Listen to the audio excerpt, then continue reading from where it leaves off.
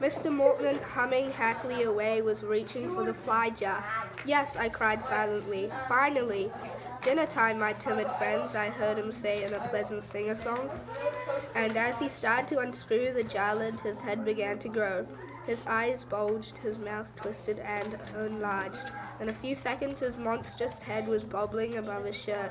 His snake-like tongue flicked out of his black mouth, and as he removed the jar lid and pulled out a handful of flies, "Dinner time, my timid friends." Picture time, I thought, gathering my courage. I raised the camera to my eyes with a trembling hand.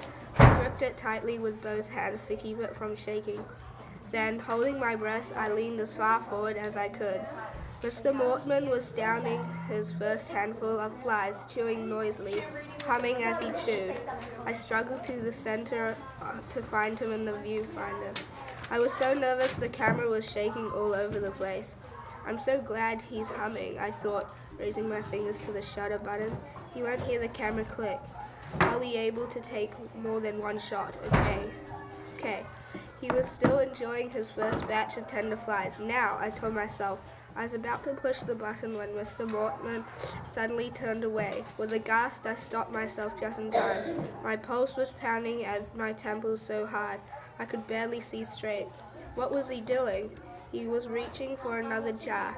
He set it down on his desk and unscrewed the lid.